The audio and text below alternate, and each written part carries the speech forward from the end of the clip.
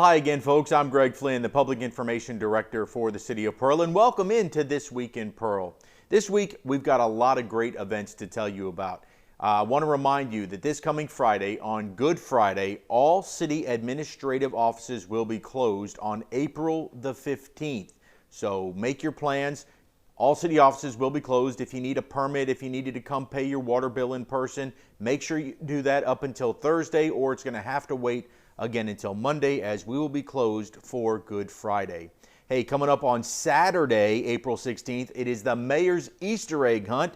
And for the first time in 3 years, the kids will be back out hunting in the fields.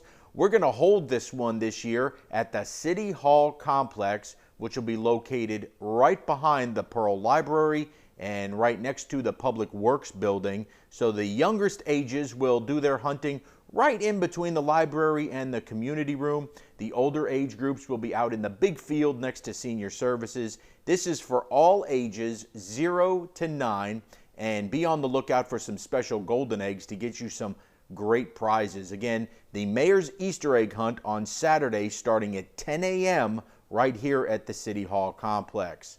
Then later that evening, right out in front of City Hall on Old Brandon Road, Cruisin' Pearl will be back, where some of the coolest rides from yesterday and today will be on display. So make your plans to be out there Saturday night. That's going to run from 5 until 9 p.m. on Old Brandon Road, right in front of City Hall.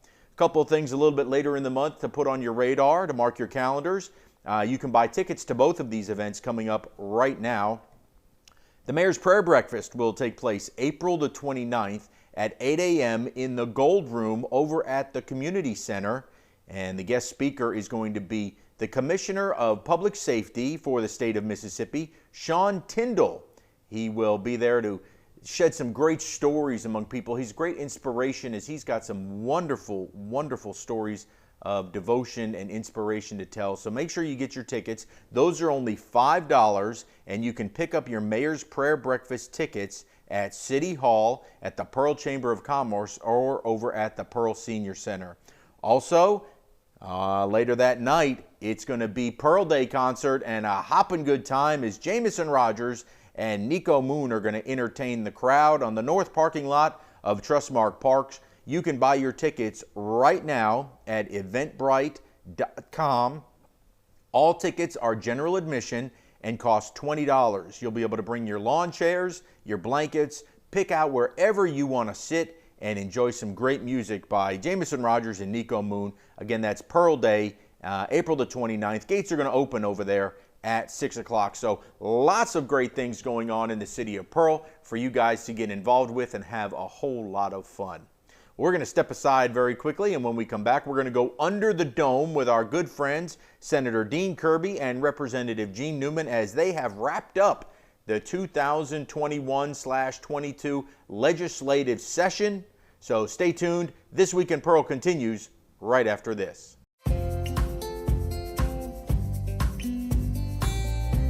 Hello, I'm Mayor Wyndham, and I'm thrilled to show you the city creating its own future.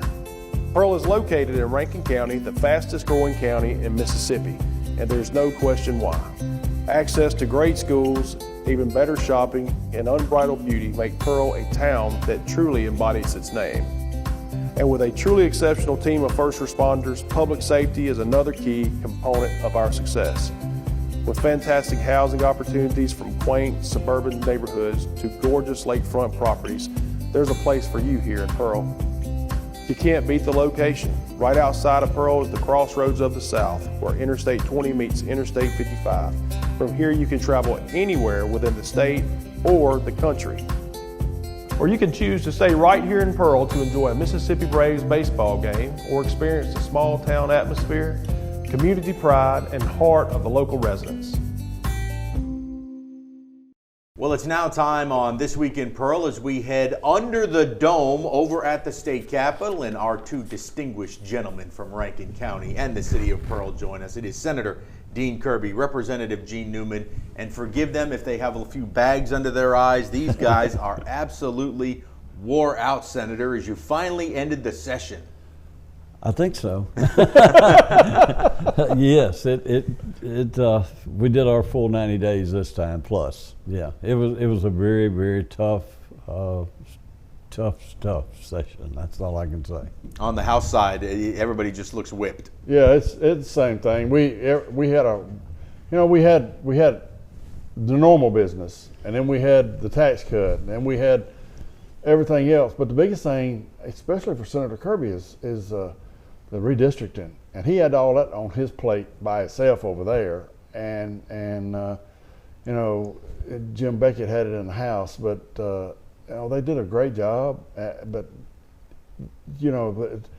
it's amazing what they have to go through that. I've watched it from the galley before. I didn't really think it was that big a deal, but watching it from inside up close and what has to happen, they did a ton of work on that. Well, the biggest thing that's going to interest most folks, and you can help break it down now, the final passage of it was you finally got the state income tax to a place where everybody was amenable, right? Oh yeah. We've talked about making sausage before, and this was sausage at its finest, and we end up with a good bill, and people see a difference because of it. I was confused during the whole time, to be honest with you, as to what would work and what wouldn't work, and then it kept changing and changing, and finally we came up with a good bill. I think the average person probably, Gene, about $300 or so. Yeah, about $300. In other words, a person making, I think, a family making $36,000 a year is $300 to $400, and the more you make, it cuts the bracket. So the more you make, the more it'll affect you. But the main point is that it's a plan to get to a definite point to get rid of that much income tax. When it's all over with, it's $525 million. But it's also, if it works and it works the way everybody thinks it works, it also gives us a path to finish it, to finally get rid of it. So but at least this way we put a definite plan in place, and we know what we've got, and if it does work, then we can go forward. So the compromise, Senator, in the Senate was because the House was all in. Let's get rid of it all right now. You guys wanted to just kind of phase it in. That's correct. A little bit. So what did we settle on? Where you just kind of removed that first bracket for right now? We did, and of course the Senate felt like we were right now on what they call, with your children, a sugar high, because of the fact we have all this federal money coming in, and so because of that we felt like that our revenue is way up and more than it's ever been, and we just felt like that wasn't going to last, and because of that, that's when we started compromising. So second biggest item I think that was on the docket was finally the teacher pay raise was signed, which should eventually, make sure that we have teachers that are going to want to stay here and teach, right? Yeah, if I may, Gene, let me talk about that. First thing we did when we got there, and for some reason no one paid attention to it, but the first thing we did was pass what we called SEC Squared. SEC Squared was a payroll program for our state employees. The first thing we did is give our state employees, not teachers first, but state employees a pay raise first. And people, for some reason, I guess it just wasn't advertised in the media as it should have been. But it's called SEC Squared, and what that does is they actually go out to each of the adjoining states. If you're, example I use, if you're a senior state auditor, as an example for the audit department, they find out what they're making in other states. And they average that, and then they look at it and say, you should be making $10,000 a year more, or $5,000, or whatever. So then you automatically get that raise. And that's a big deal. I mean, some people are going to get up to a $20,000 raise, maybe more for some. So that was a big deal. That was a really big thing that we passed right in the beginning of the session to help the state employees, which their state employees hadn't had raises, not to amount to anything, in the last 5 years probably. So I keep hearing 10 years, but I know we've done 2 in the last 10. But not everyone got them. It was mostly for the lower paid employees. Now this one pretty much whatever your position is, that's what you're going to make. You know, whatever it is on the average of the adjoining state. I think it's a great idea, and I'm glad we did it, and they all deserve it. They work hard. We have some really dedicated state employees. You know, some people disagree with that because they see people not doing something sometimes, but they don't know all the facts of when they do have to work while they're sleeping or whatever. But anyway, so that's first thing. And of course, we did the teacher pay raise, which was, I'm hearing that we're maybe one of the highest paid in the Southeast. It takes the average teacher pay above the national average. Well, and that's the whole point, is when you talk about state employees, when we talk about teachers, it's that retention. It's to keep people wanting to stay working here in the state of Mississippi, right? Right. Yes. Well, it's also about getting new people in college right now wanting to become teachers, because that was not happening. That's not been happening for the last several years. And when you talk to Chris Chisholm or Ray Morgino and all those guys, and they're saying, well, you know, we don't see people coming through the ranks, coming through colleges to be teachers, and hopefully this will solve that. Yeah, I think a starting teacher pay now is like $41,000. Isn't that correct? I think that's what it is. I'm still bum puzzled over what we did so many numbers at the end. I don't know. I mean, you can graduate from college and next year have a job starting at $41,000. That's not bad starting pay. And that does not include what the counties, what the local school districts add to it. And all that. So. For your incentives of being a PhD, of getting continuing education. I mean, if you go to work for Rankin County School District versus, or the Pearl School District versus some other school district, you get additional money that some of those other districts don't get. Okay. You know, one of the things that I'm hearing some buzz out there is, we talked about the state employees, that's great. Teachers, that's great too, but goodness gracious, we took a look at what the new statewide elected officials pay rate is going to be come after the election, and there are some significant salary bumps in there for statewide elected officials. Absolutely is. I'm telling you, it's one of the best things we've done for our state employees, and you'll keep good state employees. And as Gene said, that's the problem. But man, what he's talking about is what the governors pay and oh, you're talking about statewide? Yeah, your statewide elected officials. You know, when you looked at what our governor and all the whole upper echelon of the state was making, comparing it to other states, it was pitiful. It was the salaries were nothing. I know everybody's saying, well, they got a $50,000 or $60,000 raise. Yeah, they did, because that just brings them up kind of close to the average. But here's the thing that you got to keep in mind, because everybody keeps talking about, oh, you spending all that money on those guys. All of those raises doesn't cost the state $500,000 a year. The teacher raise by itself is $246 million a year, every year. That's not 1 year, but that's every year. So there's a big difference between bringing those guys up to where they should have been, and bringing the teachers up to where they should have been, and bringing the other state employees up to where they should have been. It's taken a while for us to get there, but I think that we'll make a lot of difference in these employees. And again, we're talking about statewide. Let it be known that the legislature still hadn't had a pay raise since 1984. Exactly. 1984. Now, people get us confused with those people in Washington. Sure. They get one every year. Yeah. But we did not give ourselves a pay raise, and none of these pay raises for the statewide officials are effective until after next election. Until after the election. But the two that really stood out, and I don't know if it was to get it up to the average of states around us, but you saw the state auditor and the insurance commissioner will be getting jumps of $60,000. That's correct. Yes. They go from they were making $90,000 to now they'll be getting $150,000. That's right. And you know, I guess to the folks out there, is that just not? Well, you're looking at the averages of what they pay in other states. You know, and you know, I don't want to compare ourselves to Florida or Texas, but those guys in those states make a lot of money. But Arkansas, Louisiana, I don't think we're still in the same game that they're in, but we're at least closer. Yeah. So, and those two shocked me that they were that underpaid compared to other states. Right. Yeah, I guess compared to the states, it's just hard to, you know, for people in the Mississippians, average Mississippians, because they see somebody making $90,000 a year and they're like, well, that's pretty good work, and then all of a sudden they see, oh, well, that's jumping up to $150, and they're like, well, Wow, that's even better work, right? Yeah, and the lieutenant governor and the speaker both went from $60,000 a year. That's all they were making. I mean, that's unbelievable. They should have been making, I thought, way more than that for what they do. But anyway, they went up to 85, I think.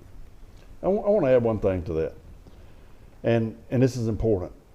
When people look at and they say, "Well, I want to be governor one day," and then they find out what it pays, and they say, I'm not going to hurt my family and do all the things that you got to do for $120,000 a year. I'm not doing it.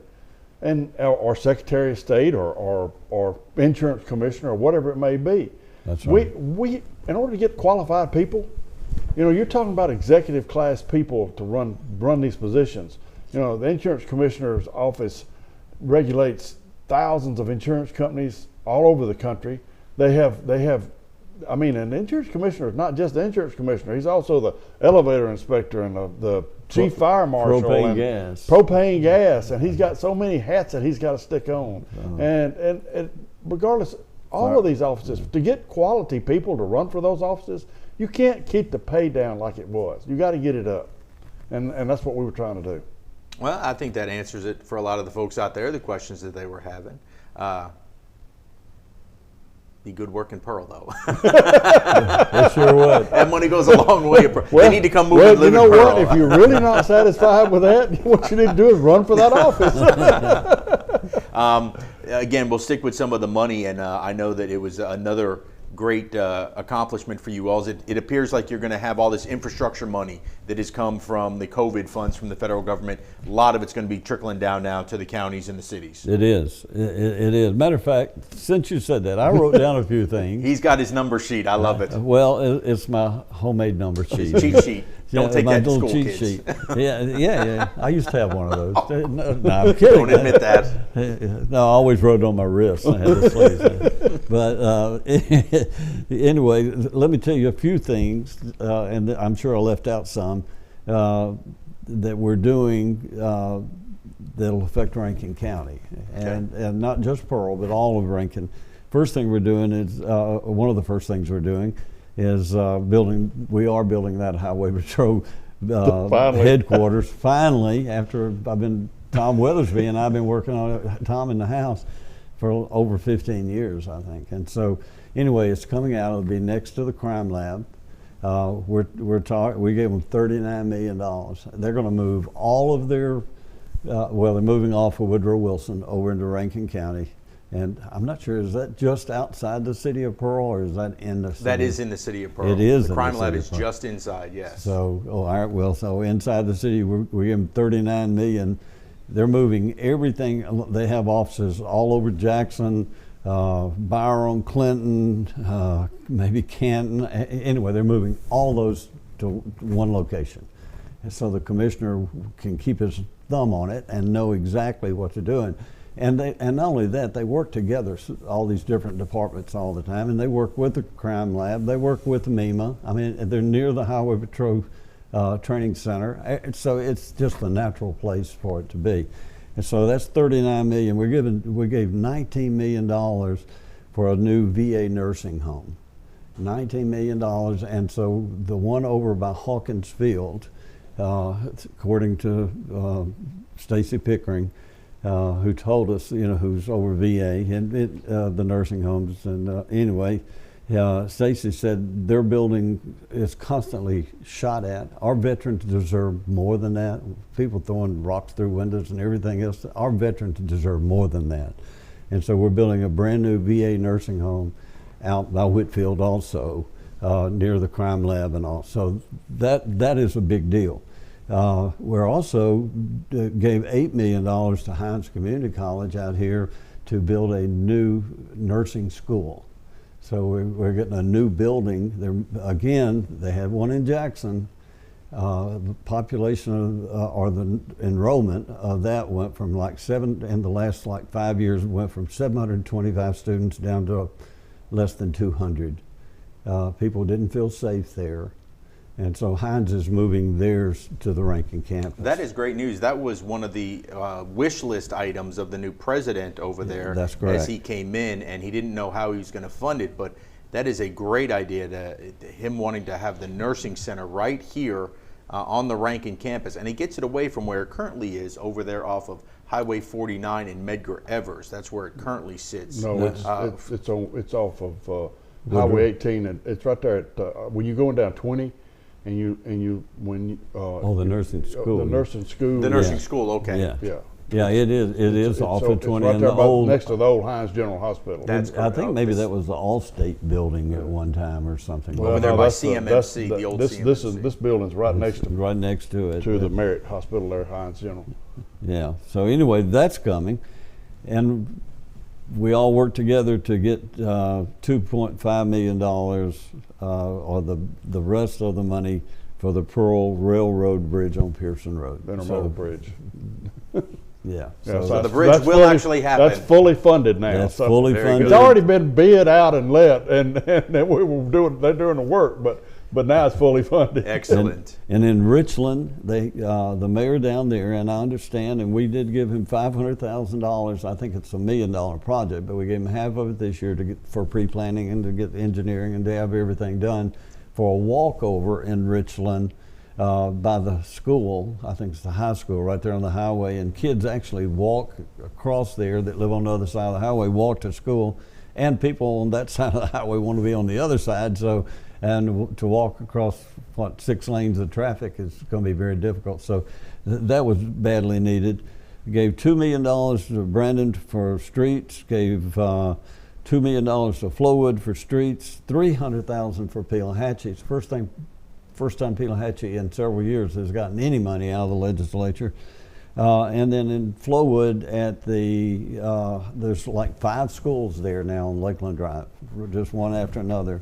Widening that, so that's $4 million, so the traffic won't bottleneck every morning. Everyone will be frustrated and mad when they get to work because it takes them an extra 30 minutes to get through all the school traffic. In addition to that, of course, we sent money to $750 million to DEQ for the ARPA money, which Pearl and the rest of Rankin County and the county itself will all receive a lot of that. So what I'm saying is, even though the county itself got 30 or 31 million last year, they got half of it. Now they get the other half the first part of the year, and plus they're getting this additional ARPA money, so which I hope is around 23 million or something like that. So we should see a lot of projects for wastewater, will come into fruition now that they've had a lot of good things are happening for Rankin County. So if you say, well, we didn't get our part, well, we got more than our part this time. Honestly, we did very well. We had 1.8 billion. $1.8 billion and about 10 billion for requests for that 1.8 billion. So you had to try and whittle that down as you had 5 times the requests as the money that you had. And so are you confident that you gave it to the right folks?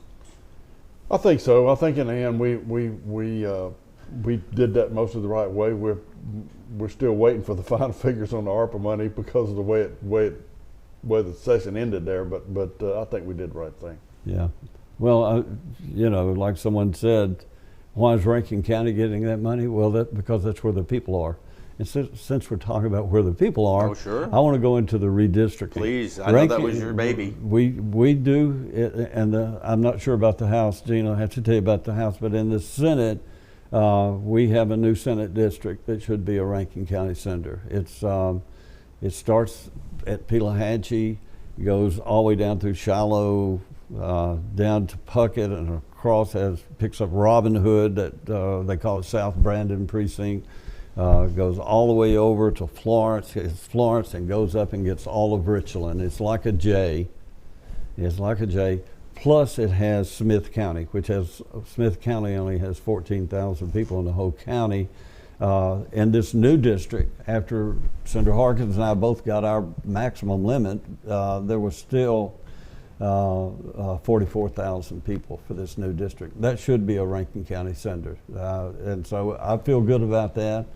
I think that Rankin will even be stronger. It has been in the past with additional senators. So. Now, does that shave off any of your district, or? I did. I had to lose some. So did Josh. We both had to. I think he had to lose about 6,200 people out of his district, and I had to lose 6,500. I was really surprised when I looked at the map, Greg, because and I saw the census. Of course, I wish everyone would send in their census form. It's very important as far as funding. But I was really surprised that Pearl and Brandon, which is my district now, or will be the next time, that area outgrew the rest of the county, including the reservoir. I was really surprised that of course, I still have some of Flowwood. I forgot that. Don't forget your constituency. But I lost. Oh yeah, and I love Flowwood. Good folks. But I did lose in the redistricting all of Richland. I had North Richland and part of South Richland, and all of that's in the new district. But we had to do it. We had to create a new district. And of course, we only have 52 senators, so that means some other district got left out. And honestly, we had to merge some district in Southwest Mississippi, and so Republican district in Southwest in the Natchez area actually had to move to Rankin County. And for you over in the House? So we actually are adding 2 House seats in Rankin County. They're not full Rankin County, but they're, so my district, I had to shrink about 3,000. Fred Shanks had to, all of us had to shrink about 3,000 or more. And so I lost Patrick Farms, or the part of Patrick Farms that I did have, which is the larger west side of Patrick Farms. And I picked up Shanks' half of Patrick Farms, which is a very small part of that. And I actually go into downtown Brandon, but there's not a lot of people in that whole district. All of the rest of that nowhere. So South Pearl and the north part of Richland is now in a district that comes out of Hinds County, which she was already over here. Zakiya Summers represents that district. But now it's, instead of being a majority Hinds County district, it's about 70% Rankin County. So there should be, even though it'll be a predominantly Democrat district, it should be somebody from Rankin County should be able to win that seat. Well, how far down, when you say you lose South Pearl, how far up does that now come, that new district? So I still have part of Cunningham Heights. Okay. And I don't know exactly how that box sits in there, but I still have part of Cunningham Heights. Everything south of that, and everything south of 20, I don't have anymore. So Old Whitfield Road. All of that. See, she had part of that one box that come up into Old Whitfield Road. She had that, okay. And then she had some down toward Richland. Now now that whole district has like I say, it takes in Patrick Farms. The majority of the people in Patrick Farms are now in that district, and it picks up more of Richland. Okay. Well, it's going to take some getting used to on the next election. The other election. Rankin County district is from Pelahatchie going north up the east side of the county, and then it sweeps across and comes over the reservoir picks up a couple of boxes in Ridgeland. Okay. And that's like 85% Rankin County. So that'll be somebody from Rankin County. And a very Republican district. Yeah, that's definitely a Republican district. Well, that's what ours is. It'll be probably 85% the new one, 85% Republican. Well, it'll be even more important when you don't see a Gene Newman sign or a Dean Kirby sign out in your district come the next election. It's not because they're not putting them out there. It's probably because you're no longer in that area anymore. So it'll be very important. And we'll try and get that word out, certainly, as we get closer to the election about who will be running in these new geographical areas. Well, you guys can take a break, so now you're done till January, right? Right, yeah. Well, except for all the other stuff we have lots of meetings. We have lots of meetings each week. It seems like there's some type of meeting we have to attend, and It's just a lot going on still, and we're going to be ready. You know, had we not been ready, had all these hearings and all, this would have really been a tough session. But we worked all of last year, all the way up to time of session, while we were not in session, getting ready for this year. So, well, it's yeoman's work. You guys really did a lot this year. I don't think you even thought you were going to get as much accomplished as you actually did, right? Well, it kind of shocked us, yeah. But we worked hard, worked late, did a lot of things, and helped a lot of people. That's what we're there for. And no bloody noses? Not that I know of. Nobody threw a chair? It was close a couple of times, but came close a couple of times. I can tell you that a lot of nights late that I left there late, his car was still there. And when I would get there early, his car would be there. So well, he was consistently beating me there and consistently staying later than I was. Or just sleeping in the office. I mean, one of the two. Right? I hadn't thought of that. No. But Gene, his first term's doing a great job. I mean, we're very lucky, and it's someone we can all work with. We all like in the Senate, and he's helped us so much. And he's helped not just us, but he's helped the House and all the. Like you were saying earlier, there was one bill he just didn't like, and they changed the whole bill because of the reason that he was against it. So yeah, those things make a difference, and it's good to have a hard worker and someone that's easy to work with. Let's just put it that way. Well, gentlemen, thank you so much for all the time you spent coming in with us during the session. I think it broke it down for the people very easily in layman's terms so that they can understand it. It was truly a sausage-making process this year that nobody wanted to look at. But at the end, it all comes out nice on the bun, and you slather some sauerkraut, a little relish, or a little mustard on it, and it tastes a lot better. Exactly. They say we vote about 10,000 times a session, counting and I feel all 10,000 of them right now. Exactly. Well, you gentlemen get some rest, and again, thank you so much. Thank you for having us. We appreciate it very much. We appreciate all y'all do. All right, we will wrap up This Week in Pearl right after this. Anybody can live in a neighborhood, but not everyone gets to reside within a true community. Our vast array of community organizations not only provide opportunities to give back, get involved, and come together, they create a sense of pride for our city and continue to help forge the community our residents are proud to call home. Doing better by working together. Community starts here. Well, before we go, we want to tell you how you can stay connected to news and information from the City of Pearl at all times. The best way is to receive a city text alert, and all you have to do is text the word PEARL to 91896.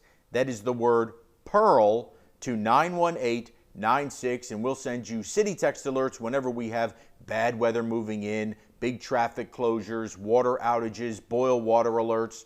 All the really important stuff will come to your cell phone via that text alert. You can follow us 24 hours a day, 7 days a week on social media, Facebook, Instagram, and Twitter under the name Pearl Government. We post information, pictures, all kinds of things there all the time, so be sure to follow us on social media. And whenever you need questions answered, you can go to cityofpearl.com. We have news, information, a directory to all of your city departments, and ways for you to do a lot of things online even after we've closed for the day here at the city. So go to cityofpearl.com and check that out. Folks, the City of Pearl is a great place to live, work, and play, which is what makes us the jewel of the crossroads.